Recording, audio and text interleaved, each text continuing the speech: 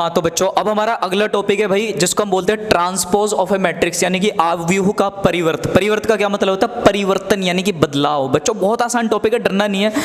Transpose of A matrix का मतलब, आव्यूह का परिवर्त का मतलब होता है कि अब आव्यूह में जितनी भी रो होंगी, रो, उन सबको हम कॉलम में बदल देंगे, और जो कॉलम होंगे उनको किस में बदल देंगे? रो में बदल देंगे। मतलब पंक्ति को स्तंभ में और स्तंभ को पंक्ति में बदल देना ही ट्रांसपोज यानी कि परिवर्त कहलाता है। और इस बात को मैं एक्सप्लेन करता हूँ कैसे।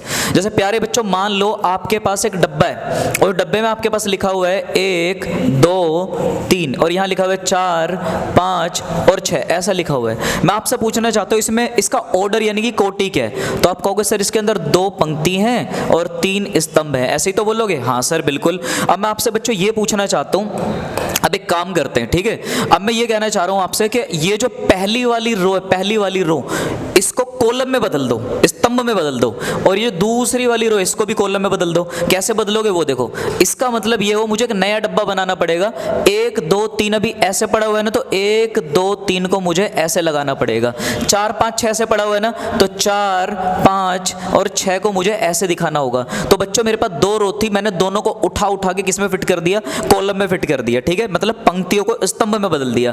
तो इसी को बोलते हैं ट्रांसपोज। लेकिन इसको रिप्रेजेंट कैसे करते, दिखाते कैसे, वो सुनना। अगर बच्चों ये ए है तो मुझे इस ए के ऊपर एक डैश लगाना पड़ेगा, डैश, तो इसको ट्रांसपोज बोलते हैं। अगर आप डैश नहीं लगाना चाहते तो प्यारे बच्चों आप चाहो तो इस ए के ऊपर एक टी भी लगा सकते हो, टी भी लगा सकते हो, ये भी सही है, टी फॉर ट्रांसपोज। तो बच्चों या तो आपको डैश लगाना है या फिर क्या लगाना है? टी लगाना है, कि हमने इसको परिवर्तित कर दिया, बदल दिया, चेंज कर दिया। तो जितनी भी रो होंगी, जितनी भी रो, उन सबको किसमें बदलो? कॉलम में बदलो। अगर मान लो कोई बच्चा कह रहा है नहीं सर मैंने ऐसे नहीं करूंगा, कोई बच्चा कह रहा है सर मैं दूसरे तरीके से सोच रहा हूं, वो कैसे सोच रहा है वो देखो।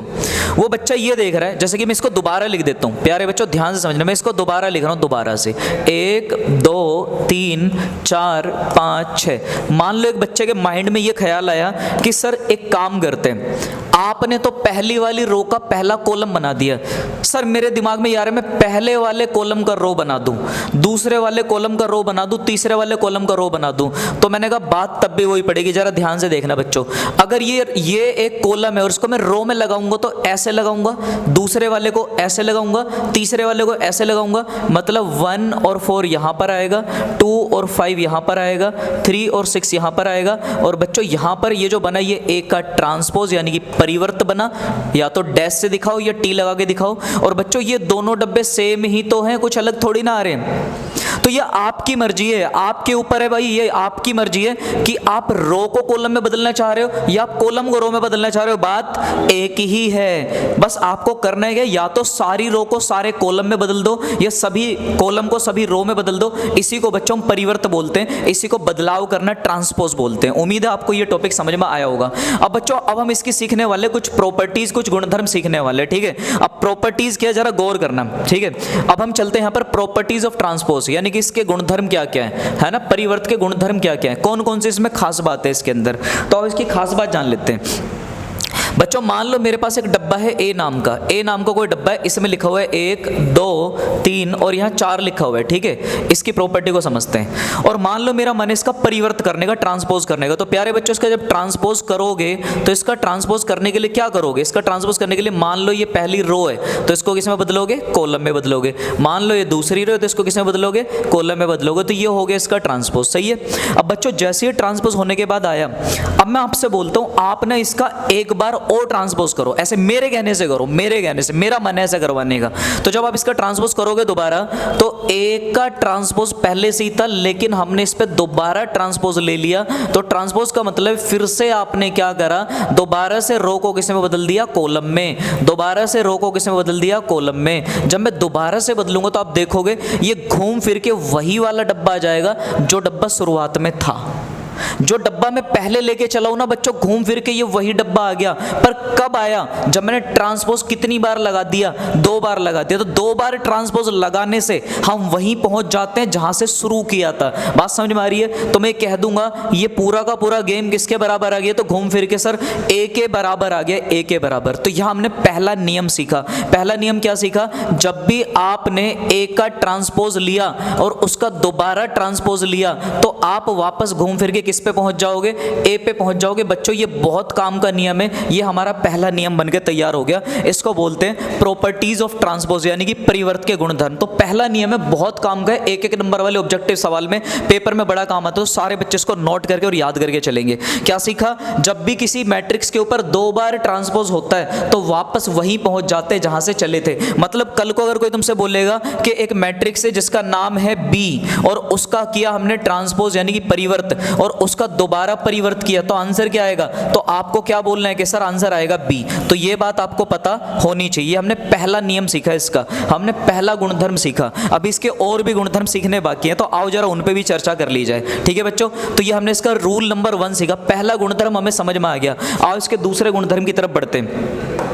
बेटा इसका दूसरा गुणधर्म क्या है, रूल नंबर 2, ठीक है ना। रूल नंबर 1 तो समझ ले, इसका दूसरा गुणधर्म क्या कहता है, वो ये कह रहा है कि अगर आपके पास एक ए नाम का डब्बा है, अगर आपके पास एक ए नाम का डब्बा है और आपके पास एक बी नाम का डब्बा है और आपने दोनों को प्लस करके उसका ट्रांसपोज कर दिया, या फिर आपने क्या किया, ए का ट्रांसपोज अलग करा और बी का ट्रांसपोज अलग कर दिया और दोनों को अलग करके जोड़ दिया, तो आंसर क्या आता है, बराबर आता है। दूसरा नियम है। पर ये बात ऐसे आपको समझ में नहीं आएगी, एग्जाम्पल देके समझाऊंगा। इस चैनल पर अगर आप आए हो तो कुछ हटके देने वाला हूं, आपको कोचिंग की जरूरत नहीं पड़ेगी। बच्चों मान लो इस नियम को समझने के लिए, इसको समझने के लिए हम एक एग्जाम्पल लेते हैं। ठीक है, सपोज करो किसी बच्चे ने मान लिया, हमने लिया ए और ए में लिख दिया हमने प्यारे बच्चों, यहां पर लिख दिया 1 2 3 और 4।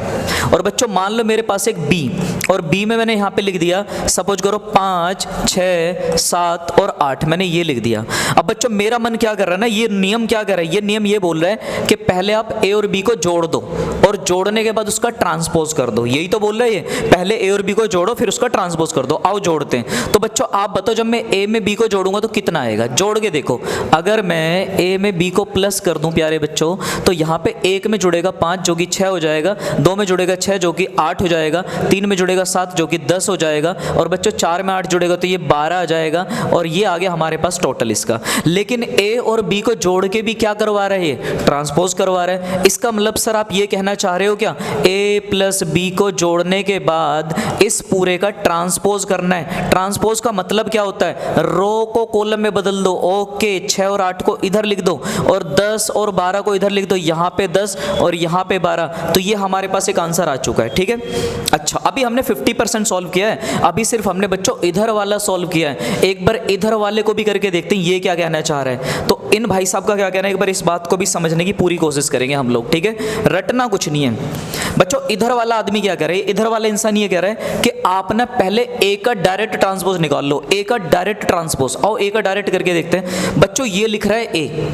अगर मैं ए का डायरेक्ट ही ट्रांसपोज निकालूं, सोचो कितना आएगा, सोचो कितना आएगा डायरेक्ट निकालने पे। ये वाला 1 और 2 यहाँ पे आ जाएगा और बच्चों ये वाला 3 और 4 यहाँ पे आ जाएगा इस तरीके से।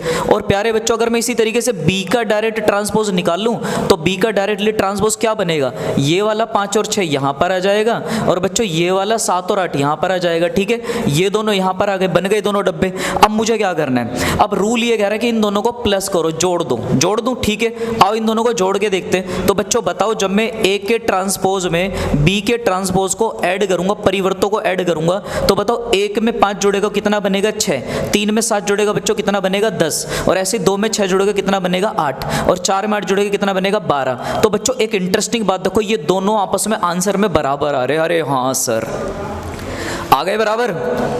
तो ये बराबर आ गए, तो इसलिए दुनिया में हमने एक नियम बना दिया कि a प्लस बी को जोड़ के परिवर्त करो, या a का अलग परिवर्त और b का अलग परिवर्त करके जोड़ो, आंसर बराबर आएगा। बात एक ही है, बात अलग अलग नहीं है। तो ये नियम हमारे बहुत काम आता है बच्चों। ये वाला नियम हमारे लिए गोल्डन रूल है ना, हमारे लिए एक एक नंबर के जो क्वेश्चन होंगे ऑब्जेक्टिव वो इस हम कवर करने वाले हैं। इस नियम में मैं दोबारा से फिर से रिपीट कर देता हूँ प्यारे बच्चों, यही ध्यान रखने वाली बात है। अगर मान लो कोई a नाम का डब्बा है और कोई बी नाम का डब्बा, और किसी बच्चे ने इस पूरे का ट्रांसपोज किया और दूसरा बच्चा कह रहा है सर मैं तो ए का ट्रांसपोज अलग करूंगा और बी का अलग करके जोड़ दूंगा, तो मैं कहूंगा दोनों का ही आंसर क्या आएगा, बराबर आएगा। बात एक ही है, इसमें कुछ भी अलग नहीं है, बस यही चीज मैंने समझाई है। सोचो कल को अगर किसी बच्चे पे पी नाम का डब्बा है, एक बच्चे के पास क्यू नाम का डब्बा है और उसने इन दोनों का ट्रांसपोज कर लिया, तो इसका आंसर किसके बराबर आने चाहिए, पी का ट्रांसपोज प्लस क्यू के ट्रांसपोज के बराबर आने चाहिए। बात आप सभी को पता होनी चाहिए। तो बच्चों हमने दूसरा रूल समझा।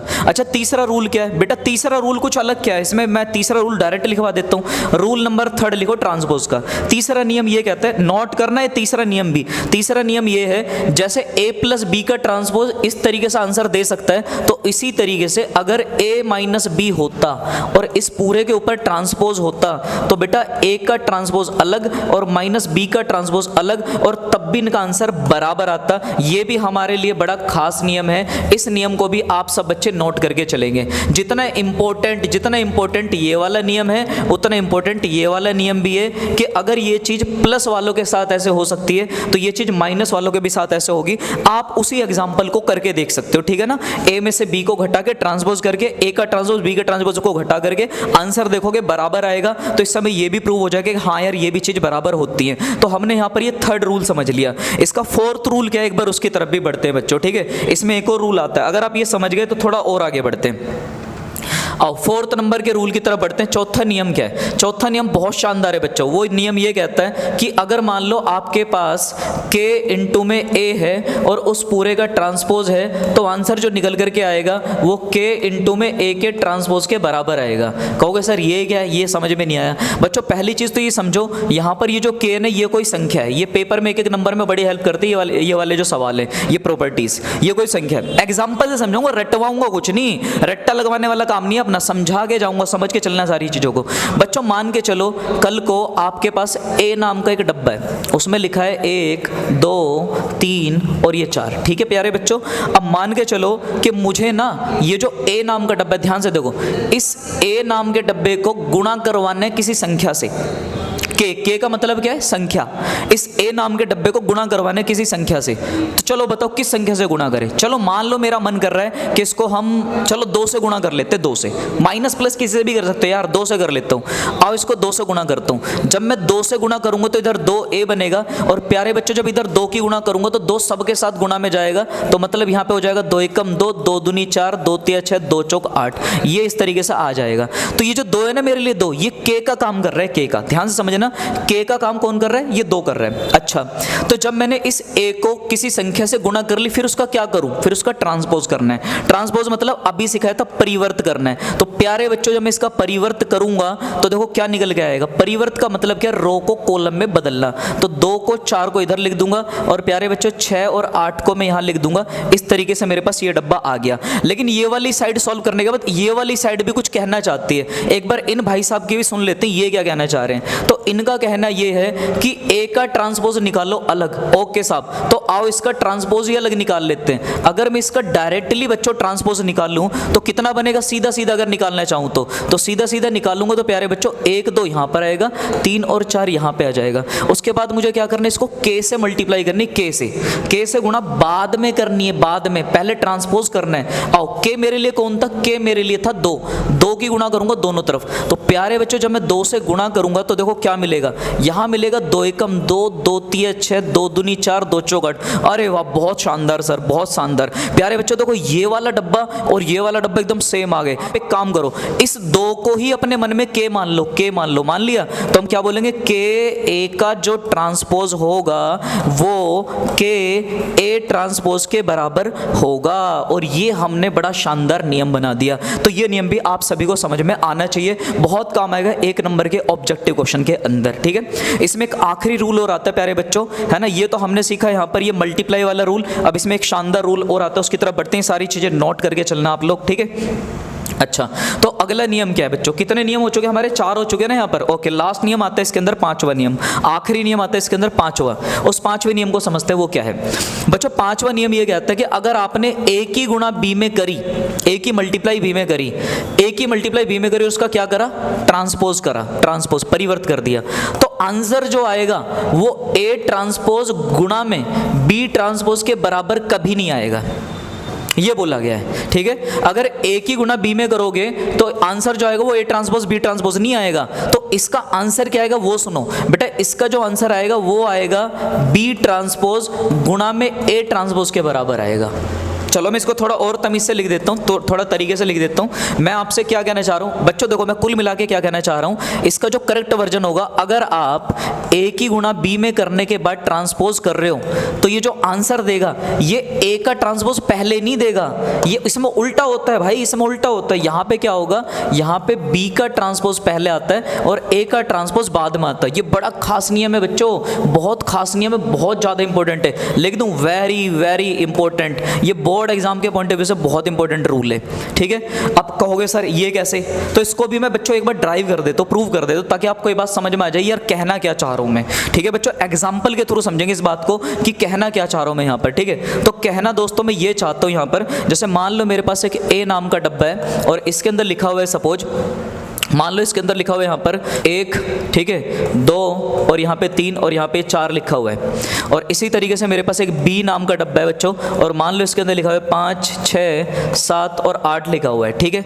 और इनकी गुणा करते हैं, मल्टीप्लाई करते हैं, इस बहाने आपको गुणा भी आ जाएगी बच्चों। अगर मैं ए की गुणा बी में करूँ, ए की गुणा किस में करूँ, बी में करूँ, तो 1, 2, 3, 4 को गुणा करना पड़ेगा किसके साथ, 5, 6, 7 और 8 के साथ गुणा करना पड़ेगा। और इनको गुणा करके दिखाता हूँ बेटा। गुणा करने का नियम आपको पहले से सिखा रखा है मैंने, बहुत अच्छे से सिखा रखा है। तो गुणा करने के लिए पहली वाली रो की गुणा पहले कॉलम में करते हैं, आओ गुणा करेंगे यहाँ पर। तो प्यारे बच्चों ये बनेगा 1 पंजे 5, बीच में प्लस लगा दो, 2 सत्ते यहाँ पर 14 आ जाएगा, फिर ब्रैकेट बंद कर दो। अब इसकी गुणा करेंगे इधर, तो बेटा 1 छिंग 6 हो जाएगा, यहाँ पे 2 अट्ठे 16, 16 आ जाएगा, इसको बंद कर दो। इसी तरीके से प्यारे बच्चों यहाँ पे इसकी गुणा करेंगे तो 3 पंजे 15 आ जाएगा, फिर प्लस लगा दो, 4 सत्ते 28 आ जाएगा, इसको बंद कर दो, ठीक है। यहाँ पे आ जाओ, 3 छिंग 18 आएगा बच्चों, और यहाँ प्लस कर दो, 4 अट्ठे 32 आ जाएगा, यहाँ पर इसको बंद कर दो, राइट। अब इसको सॉल्व करो, सॉल्व करने के बाद कितना बन रहा है, 15 ये हो जाएगा बेटा तुम्हारा 19 आ जाएगा, यहाँ पे 16 6 22 आ जाएगा प्यारे बच्चों, और यहाँ पर 28 15 43 आ जाएगा, यहाँ पर 43 लिख दो, और बच्चों यहाँ पर आ जाएगा आपके पास में 50, ठीक है। ये बना हमारे पास में।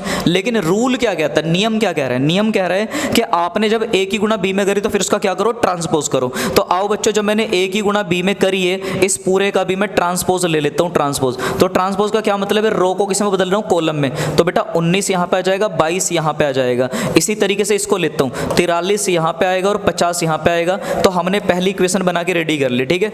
अब यहाँ पर रूल के हिसाब से चलना है हमें, ठीक है। अब देखो मैंने क्या करा, ए की गुणा बी में करी, फिर उसका ट्रांसपोज किया, ए की गुणा बी में की, फिर क्या किया, ट्रांसपोज किया।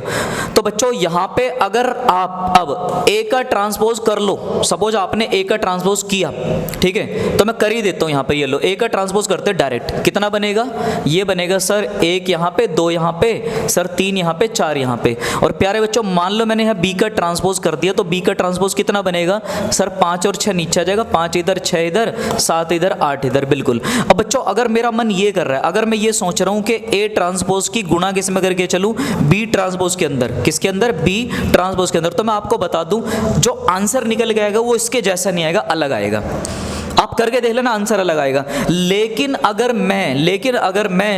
मैं बी वाले ट्रांसपोज की गुणा किस में कर दूं, ए वाले ट्रांसपोज के साथ कर दूं, तो आंसर सेम आएगा। अगर मैं उल्टी गुणा करूं तो आंसर सेम आएगा। ये वाली बात मैं आपको करके दिखा देता हूं। तो बेटा बी वाला डब्बा चले 5 7 6 और 8, और जो प्यारे बच्चों ए वाला डब्बा है वो है 1 3 2 और 4, और हम इनकी गुणा करके देखते हैं क्या आंसर सच में सेम आ रहा है या मैं आपका पागल बना रहा हूं। आओ मल्टीप्लाई करते हैं। तो बच्चों मल्टीप्लाई करने का रूल क्या है, रो की गुणा किस में करो, कॉलम में। तो 5 एकम 5 बनेगा प्यारे बच्चों, प्लस लगा दो, 7 दूनी यहाँ पे 14 लिख दो, फिर दूसरे ब्रैकेट में आ जाओ, 5 3 15 लिख दो यहाँ पर, फिर प्लस लगा दो, 7 4 जा कितना हो जाएगा 28 आ जाएगा, ठीक है। इसी तरीके से नीचे आ जाओ बच्चों, इसकी गुणा करेंगे तो 6 एकम 6 आ जाएगा, फिर प्लस 8 दूनी 16 आ जाएगा, ये बंद कर दो, फिर 6 की गुणा यहाँ करो, 6 3 18 हो जाएगा बच्चों, बीच में प्लस लगा दो, 8 चौक 32 आएगा, यहाँ पे 32 आएगा, डब्बा बंद कर दो, ठीक है।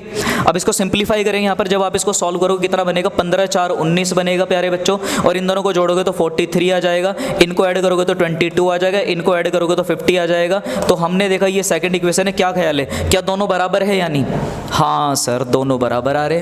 तो यही चीज तो मैं आपको समझाना चाह रहा था बच्चों। इस नियम के अंदर बहुत खास नियम हमारे लिए, जो 5वां नियम था कि भैया अगर आप ए की गुणा बी में करते हो और उसका ट्रांसपोज लोगे तो ये बी ट्रांसपोज और ए ट्रांसपोज के बराबर आता है, मतलब ये उल्टे हो जाते हैं मल्टीप्लाई में, तब ये ट्रू आता है, तब ये सही आता है, ठीक है। इसी तरीके से इसमें एक नियम और ऐड करके चलो सारे बच्चे, में एक चीज और ऐड करके चलो इसी के अंदर ही। अगर ये ऐसा होता कि ये होता A गुणा B गुणा C और बच्चों उसका पूरे का ट्रांसपोज होता, तो प्यारे बच्चों C का ट्रांसपोज पहले आता, B का उसके बाद आता, A का उसके बाद आता। यहां पर ध्यान दो, जो आखिरी में वो पहले, जो बीच में वो बीच में, और जो शुरू में वो लास्ट में। ऐसे यहां पर देखो, जो आखिरी में वो पहले, जो पहले वो बाद में। ट्रांसपोज के टाइम पे गुणा में चीजें ऑर्डर चेंज हो जाता है, मतलब जो आगे को जा रही है वो पीछे की तरफ को सरक जाती है, जो पीछे वाली वो आगे सरक जाती है, ठीक है। तो ऐसा उल्टा हो जाएगा। तो अब दिमाग लगा के बताओ सारे बच्चे, मैं आपसे पूछता हूँ कमेंट करके बताना। अगर मान लो यहाँ लिखा होता P और यहाँ लिखा होता R और यहाँ लिखा होता Q और बच्चों इसका मुझे ट्रांसपोज करना होता, तो कमेंट करके आप बताओ, देखता हूँ कौन बच्चा इतना होशियार है जो मुझे बता सके किस किस का ट्रांसपोज कब कब कहाँ कहाँ कैसे निकलेगा। तो ये चीज आपको समझानी इस प्रॉपर्टी के अंदर। उम्मीद है यहाँ पर सभी बच्चों को समझ में आ गया होगा। तो प्यारे बच्चों, अगर आपको प्रॉपर्टी समझ में आई है तो अब हम समझेंगे यहाँ पर कि सिमेट्रिक मैट्रिक्स कौन सी होती है और स्क्यू सिमेट्रिक मैट्रिक्स कौन सी होती है। तो बच्चों फाइनली अब हमारे इस पूरे चैप्टर का सबसे आखिरी टॉपिक है, लास्ट टॉपिक है, और उसके बाद में हमारा मैट्रिक्स खत्म। फिर तो आप किसी भी क्वेश्चन को अटेम्प्ट कर सकते हो बहुत आसानी से। तो बच्चों यहाँ पर देखो, हमारा लास्ट टॉपिक क्या है, हमें पढ़ना है सिमेट्रिक मैट्रिक्स के बारे में, जिसे हिंदी में सममित अवयव बोलते हैं, और हमें पढ़ना है स्क्यू सिमेट्रिक मैट्रिक्स के बारे में, जिसको बच्चों विषम सममित अवयव बोलते हैं। और इसकी फिर हम पढ़ेंगे प्रॉपर्टीज क्या क्या, इनके गुणधर्म क्या है, ये भी पढ़ेंगे। मतलब हमें दो खास अवयव के बारे में पढ़ना है, एक सममित अवयव, दूसरा विषम सममित अवयव, और फिर इनके गुणधर्म के बारे में पढ़ना है। क्या होती है चीजें, इसको डिटेल में थोड़ा सा समझते हैं बच्चों। जैसे कि मान लो बच्चों, इस बात को मैं आपको एग्जांपल के थ्रू समझाने की कोशिश करता हूं। सपोज करो ये हमारे पास एक डब्बा है A नाम का, और मेरा मन है इसका परिवर्त करने का, ट्रांसपोज करने का। तो बच्चों अभी आपको सिखाया था परिवर्त कैसे करते हैं। परिवर्त करने का मतलब ये होता है रो को कॉलम में या कॉलम को रो में बदलना। तो ये जो रो है इसको मैं कोशिश करता हूं कॉलम में बदलने की। बच्चों ऐसे यहाँ सेकंड वाली रो को 4, 5 और 6 को यहाँ लगा देता हूँ। इसी तरीके से ये वाला 7, 8 और 9 को इधर लगा देता हूँ। और बच्चों ये डब्बा मैंने बंद कर दिया, ठीक है। अब आप मुझे बताओ, मैं आपसे पूछना चाहता हूँ, ध्यान से देखना। ये डब्बा पहले A था, फिर मैंने इसका करा ट्रांसपोज। ट्रांसपोज करने के बाद ये डब्बा बिल्कुल पहले जैसा है, ये पहले से अलग है। सोच के बताना, ये पहले जैसा, ये पहले से अलग है। आप कहोगे सर पहले से अलग है, क्योंकि पहली लाइन में यहाँ पे था 1 2 3 और यहाँ पर है 1 4 7, तो ये तो अलग हो गया ना। तो इसका मतलब यहाँ पर क्या हुआ, जब मैंने A का ट्रांसपोज लिया, जब मैंने A का परिवर्त किया, तो ये पुराने वाले A के बराबर तो नहीं है, पुराने वाले A के बराबर तो नहीं है। अब इस वाले डब्बे पे आ जाओ बच्चों, यहाँ पे भी मैंने एक डब्बा लिखा है। अब इस वाले डब्बे में देखो यहाँ पे क्या है, मेरा मन है मैं यहाँ पे भी ट्रांसपोज लूँ। अगर बच्चों मैंने यहाँ पे परिवर्त कर दिया, तो यहाँ परिवर्त कैसे करेंगे भाई, पहली वाली रो को पहले कॉलम में बदलूंगा, 2 और यहाँ पे 3 और यहाँ पे 1 आ जाएगा। बच्चों इसको भी बदलेंगे, यहाँ पर 3 आ जाएगा, 4 आ जाएगा, माइनस का 2 आ जाएगा। फिर इसको भी बदलेंगे, यहाँ पर ये 1 आ जाएगा, माइनस का 2 आ जाएगा और यहाँ 5 आ जाएगा। अब आप मुझे देख करके बताओ, ये डब्बा पहले जैसा था, मैंने इसकी क्या किया, पंक्ति को उठा के स्तंभ में, पंक्ति को स्तंभ में चेंज कर दिया। और इतना चेंज कर दिया मैंने, और चेंज करने के बाद भी ये पहले जैसे ही, ये तो नहीं बदला। यहाँ पे 2 था, आज भी 2 है। यहाँ पर 3 था, आज भी 3 है। यहाँ पर 1 था, यहाँ आज भी 1 है। यहाँ -2 था, यहाँ आज भी -2 है। ये तो कुछ भी नहीं बदला। मैंने हर एक रो को उठा के कॉलम में लगा दिया, फिर भी बदलाव नहीं हुआ। इंटरेस्टिंग बात है। और यहाँ पर बदल दिया तो यहाँ बदलाव हो गया। तो मतलब ये वाला जो परिवर्त है पहले वाले A के बराबर नहीं है। लेकिन बच्चों यहाँ पे जो A का मैंने परिवर्त यानी कि ट्रांसपोज लिया है, ये अपने A के ही बराबर आ गया है, खुद A के बराबर आ गया। अगर इस तरह की मैट्रिक्स पाई जाए, इस तरह का अवयव हो जिसका परिवर्त करके खुद के ही बराबर आ जाए, तो प्यारे बच्चों ऐसे अवयव को बोलते हैं हम सिमेट्रिक मैट्रिक्स यानी कि सममित अवयव। तो सममित समझ में आया किसे बोलते हैं? लो मैं डेफिनेशन लिख देता हूं। सिमेट्रिक का मतलब होता है अगर मैं A का ट्रांसपोज करूं और वो A के ही बराबर आ जाए प्यारे बच्चों, तो इसको बोला जाता है सिमेट्रिक मैट्रिक्स, सममित अवयव। इतना आसान है, ठीक है। देखो यहां पर ऐसा नहीं हुआ, यहां A का ट्रांसपोज करा, A के बराबर नहीं आया, तो इसका कोई नाम नहीं है। लेकिन यहां पर A का ट्रांसपोज लिया, A के बराबर आ गया, तो इस वाले को हम सिमेट्रिक बोलेंगे। तो सिमेट्रिक इसको बोला जाता है, सममित बोला जाता है। सममित मतलब समान, पहले भी वैसे ही था और अब भी वैसे ही है, ठीक है। तो बच्चों अब हम बढ़ते हैं किसकी तरफ? स्क्यू सिमेट्रिक मैट्रिक्स की तरफ। इसको समझ लेते हैं, स्क्यू का क्या मतलब होता है।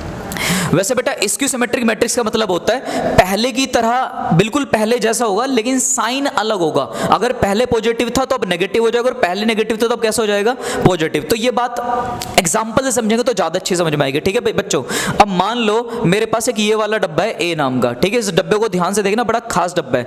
और बच्चों मान लो मेरा मन कर रहा है इसका ट्रांसपोज करने का, परिवर्त करने का, तो कैसे करूं सर? पहली वाली रो को उठा के कॉलम बना लो 0 और यहाँ पे 2 और यहाँ पे -1, और बेटा ऐसी दूसरी वाली रो यानी कि -2 0 और 3, इसी तरीके से तीसरी वाली रो यानी कि 1 -3 और 0, इसका मैंने कॉलम बना लिया। ठीक है बच्चों, मैंने रो को उठा के कॉलम में बदल दिया। अब मैं आपसे पूछना चाहता हूं, यहां पर मैंने यहां पर इन सबको परिवर्तित कर दिया, बदल दिया, मतलब रो को कॉलम में कन्वर्ट कर दिया, ठीक है, ट्रांसपोज कर दिया। अब मुझे बताओ ये पहले जैसा ये डब्बा या पहले से अलग है? जो नया डब्बा आया ट्रांसपोज करने के बाद ये पहले जैसा या पहले से अलग है? तो आप बोलोगे सर ये तो पहले जैसे ही है, सब कुछ पहले जैसा है। लेकिन ध्यान से देखो, सब कुछ पहले जैसा है, बस साइन अलग है। जो चीज पॉजिटिव थी वो नेगेटिव आ रही है, जो नेगेटिव था वो पॉजिटिव आ रहा है, बाकी सब सेम है। न्यूमेरिकल वैल्यूज, नंबर यानी कि संख्याएं एक जैसी हैं, ठीक है, मैग्नीट्यूड सेम है बट उनका साइन अलग है। देखो ये प्लस का 3 था, -3 था, ये प्लस आ गया,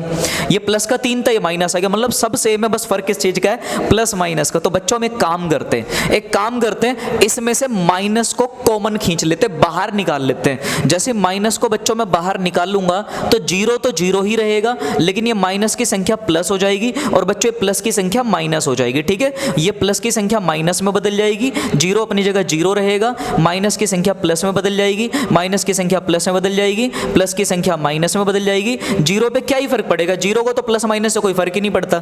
तो हमने जबरदस्ती माइनस बाहर खींच ले, जबरदस्ती। तो जबरदस्ती खींचने से क्या होता है, माइनस को जो पॉजिटिव होता है वो नेगेटिव हो जाता है, और जो नेगेटिव होता है वो पॉजिटिव हो जाता है। बच्चों मैं आपसे पूछता हूं, अब ये जो डब्बा आया, क्या डब्बा बिल्कुल पहले जैसा आया या अलग आया? कहोगे हाँ सर अब तो पहले जैसा पूरा डब्बा, जो डब्बा आपने पहले लिखा वही डब्बा अब आ गया। तो बच्चों यहां पर हमने क्या देखा, यहां पर इंटरेस्टिंग बात क्या है, जब हमने ये देखा कि हम इधर लेके चल रहे हैं ए का ट्रांसपोज, पर इधर जो आंसर आया वो आया -a के बराबर, क्योंकि पूरा का पूरा डब्बा बच्चों हमारे लिए a है और आगे चल रहा है माइनस, तो ये -a हो जाएगा। तो क्या सीखने को मिला, अगर किसी का ट्रांसपोज, अगर किसी का परिवर्त खुद के ही बराबर आ रहा है लेकिन माइनस के साथ आ रहा है, साइन चेंज करके आ रहा है, तो ऐसी मैट्रिक्स को बच्चों, ऐसी मैट्रिक्स को बोला जाता है स्क्यू सिमेट्रिक मैट्रिक्स। हिंदी में समझे क्या बोलते हैं इसको? हिंदी में बोलते हैं विषम, इसको हिंदी में बोलते हैं बच्चों विषम सम्मित आव्यूह। तो प्यारे बच्चों ये चीज आपको नोट करके चलनी है। मैंने क्या समझाया, अगर किसी डब्बे का परिवर्त करने के बाद में सब कुछ सेम आ रहा है, सब सेम आ रहा है, बस फर्क किस चीज का आ रहा है, प्लस की चीजें माइनस में आ रही है, माइनस की चीजें प्लस में, कुल मिला के आखिरी में एक माइनस बाहर आ जाएगा, माइनस। तो सब कुछ सेम आ रहा है, सब सेम आ रहा है, बस एक माइनस बाहर आ रहा है, इसका मतलब हम ऐसे डब्बे को स्क्यू सिमेट्रिक मैट्रिक्स बोलेंगे। तो उम्मीद आपको ये समझ में आ गया होगा। ठीक है, अब बच्चों इसकी एक प्रॉपर्टी वो भी आपको याद रखनी, प्रॉपर्टी क्या है, वो भी छोटी सी प्रॉपर्टी, इसको भी साथ में लेके चलना है। अब हम सीखेंगे इसका गुणधर्म, इसकी प्रॉपर्टीज क्या है। हाँ तो बच्चों अब हमारे लास्ट टॉपिक है जिसके अंदर हम सीखने वाले प्रॉपर्टीज यानी कि गुणधर्म, इसके ट्रांसपोज के गुणधर्म क्या है, प्रॉपर्टीज क्या है ना। अब हम समझने वाले सिमेट्रिक और इसके सिमेट्रिक के गुणधर्म क्या है, इसकी कुछ खास बात है, कुछ खास प्रॉपर्टी है, इनको समझेंगे। बच्चों पहली चीज हमेशा याद रखना, अगर आप कभी भी किसी ए में उसी का ट्रांसपोज जोड़ोगे, अगर आप कभी भी किसी ए में उसी का ट्रांसपोज जोड़ोगे तो वो हमेशा के लिए सिमेट्रिक होता है, और कभी भी ए में से ए का ट्रांसपोज घटाओगे तो हमेशा इसकी सिमेट्रिक होगा, और कभी भी ए में ए के ट्रांसपोज की गुणा करोगे हमेशा आई के बराबर होगा। पर ये बातें आपको ऐसे समझ में नहीं आएंगी, मैं आपको इनका एग्जांपल देके समझा देता हूं फटाफट। बच्चों मैं पहली चीज पे बात करता हूं कि ए में ए का ट्रांसपोज जुड़ के हमेशा सिमेट्रिक कैसे होता है, वो देखो प्यारे बच्चों। मान लो हमारे पास एक ए नाम का डब्बा है जिसके अंदर लिखा हुआ है 1 2 3 और 4, और बच्चों अब इसका करो ट्रांसपोज करोगे तो क्या होगा, ट्रांसपोज करने के बाद में रो बदलेगी कॉलम में, कॉलम बदलेंगे रो में, तो इसका मतलब 1 और 2 यहां पर आ जाएगा, 3 और 4 यहां पर आ जाएगा, राइट। अब बच्चों एक काम करते, देखो मैंने इसका कॉलम बना दिया, इसका भी कॉलम बना दिया, ठीक है। अब आपको क्या करना है, इनको जोड़ना है। अब आपको इन दोनों को ऐड करना है, ऐड कर दो। तो ए में जब आप ए के ट्रांसपोज को जोड़ोगे तो आपको क्या मिलेगा, सोचो, यहां से 1 और 1 मिलेगा 2, और 2 और 3 मिलेगा बच्चों 5, और यहाँ 3 और 2 मिलेगा 5, और 4 और 4 मिलेगा आपको यहाँ पर 8। तो ये आपके पास आ जाएगा निकल करके, ठीक है। अगर आपके पास ये आया तो अब इसमें खास बात समझना बच्चों, ये जो हमारे पास a प्लस ए ट्रांसपोज आया ना, a प्लस ए ट्रांसपोज, थोड़ी देर के लिए मुझे नाम अच्छा नहीं लग रहा है, मैं इसको ना p बोल देता हूँ, ज्यादा अच्छा रहेगा। इसको छोटा नाम दे दिया, p दे दिया इसको नाम, ठीक है ना, p इसको मैंने नाम दे दिया। आप x y z कोई भी नाम इसको दे सकते हो, आप इसको कोई भी नाम दे सकते हो, ठीक है। मैंने क्या करा, एक डब्बा लिया, फिर उसमें उसका ट्रांसपोज लिया, दोनों को जोड़ दिया, नाम बदल दिया, पी कर दिया, ठीक है। अब प्यारे बच्चों ये जो डब्बा है ना पी नाम का, अब मैं इसका ट्रांसपोज करूंगा, पी का ट्रांसपोज, और जब मैं इसका ट्रांसपोज करूंगा ना यहाँ पर, तो देखो इसको कॉलम में बदलूंगा, 2 यहाँ पे 5 यहाँ पर, इसको बदलूंगा तो 5 यहाँ पे और 8 यहाँ पे। इंटरेस्टिंग बात देखो, ये तो बदल ही नहीं रहा है, मतलब इस डब्बे को मैंने बदलने की कोशिश करी, ये तो चेंज ही नहीं हो रहा है। इसका मतलब क्या है, यहाँ पर हमने क्या सीखा, यहाँ पर प्यारे बच्चों हमने सीखा पी का ट्रांसपोज किसके बराबर आ रहा है, पी के बराबर है। पर कब, ये तब आ रहा है जब मैंने ए में ए का ट्रांसपोज जोड़ा, ए में ए का ट्रांसपोज जोड़ा। तो बच्चों यही चीज मैंने यहाँ पर समझाई है, अगर ए में ए के ट्रांसपोज को, अगर ए में ए के ट्रांसपोज को मान लो मैंने पी नाम दे दिया पी, तो वो जो पी निकल गया वो हमेशा सिमेट्रिक होगा। हमेशा सिमेट्रिक मतलब वो चेंज नहीं होगा, हमेशा सिमेट्रिक का मतलब बच्चों वो चेंज नहीं होने वाला। इसका मतलब क्या होगा बच्चों, इसका मतलब वो खुद के ट्रांसपोज के बराबर ही आ जाएगा।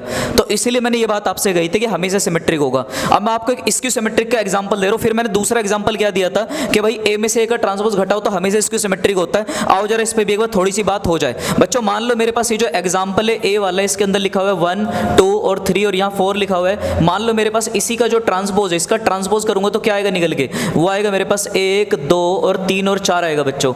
अब मान लो मैं इसमें से इसको घटाना चाहता हूँ, ए में से घटाना चाहता हूँ ए का ट्रांसपोज, तो मुझे क्या मिलेगा जरा गौर करते हैं। 1 से घटाओ 1 को मिलेगा 0, 2 से घटाओ 3 को बच्चों मिलेगा -1, 3 से घटाओ 2 को तो यहाँ मिलेगा 1, 4 से घटाओ 4 को यहाँ मिलेगा 0, ठीक है। अब प्यारे बच्चों ये जो निकल कर के आया है, चलो हमें ना इसका नाम अच्छा नहीं लग रहा है, नाम सुंदर नहीं लग रहा, तो सुंदर सा नाम देते हैं, इसको क्यू मान लेते हैं, ठीक है। तो क्यू बराबर कितना निकल के आया, 0 -1 1 और 0, ठीक है बच्चों, ये आ गया हमारे पास निकल के। अब मैं एक काम करता हूँ, इसका ट्रांसपोज करता हूँ, इसका क्या करता हूँ, ट्रांसपोज करता हूँ। बच्चों जब मैं इसका ट्रांसपोज करूंगा तो ये वाला 0 और -1 आ जाएगा इधर, और ये वाला जो 1 और 0 बच्चों ये आ जाएगा इधर। अब आप मुझे बताओ ये डब्बा पहले जैसा आया है कि अलग आया है? कहोगे सब कुछ सेम है, बस जो माइनस था वो प्लस आ रहा है, जो प्लस था वो माइनस आ रहा है। इसका मतलब क्या हुआ, मुझे इसमें से क्या कॉमन लेना चाहिए, माइनस कॉमन लेना चाहिए। बच्चों जो आखिरी वाला डब्बा अगर मैं इसमें से माइनस कॉमन लेता हूं तो देखो होगा क्या, अगर मैं इसमें से माइनस कॉमन लेता हूं तो माइनस बाहर आ जाएगा, 0 तो 0 ही रहेगा, प्लस वाली संख्या माइनस, माइनस वाली संख्या प्लस, ये 0 ऐसा कैसे रहेगा। देखो अब ये डब्बा एकदम सेम आ गया क्यों के।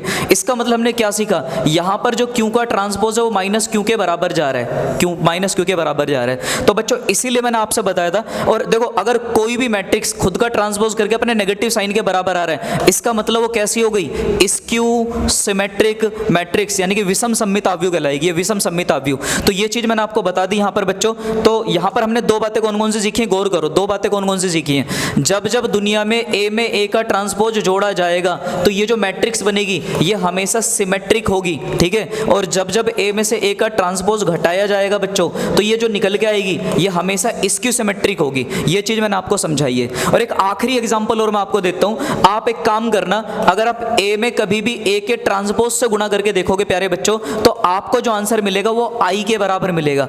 आई समझ रहे हो, आई का मतलब कौन सा डब्बा, आई का मतलब आइडेंटिटी, यहां पे 1 आएगा, यहां पे 1 आएगा, बाकी सब क्या आएंगे, 0 आएंगे। आप चाहो तो ये चीज खुद करके देख सकते हो। तो ये वाला रूल भी आपको याद रखना है। बस हमारे मैट्रिक्स के अंदर प्यारे बच्चों इतना ही था। उम्मीद है आपको अच्छे समझ में आया। अब इससे आप एनसीईआरटी का कोई भी सवाल बेहतरीन तरीके से कर सकते हो। लेकिन हम एक वीडियो और लाने वाले जिसमें हम आपको सिर्फ क्वेश्चंस की प्रैक्टिस कराएंगे और बहुत शानदार लेवल पे कराएंगे। वीडियो अच्छी लगी तो वीडियो को लाइक और दोस्तों का शेयर, चैनल को सब्सक्राइब जरूर कर लेना। मिलते हैं आपसे एक नेक्स्ट वीडियो में एक और इंटरेस्टिंग टॉपिक के साथ। तब तक के लिए बाय एंड जय हिंद दोस्तों।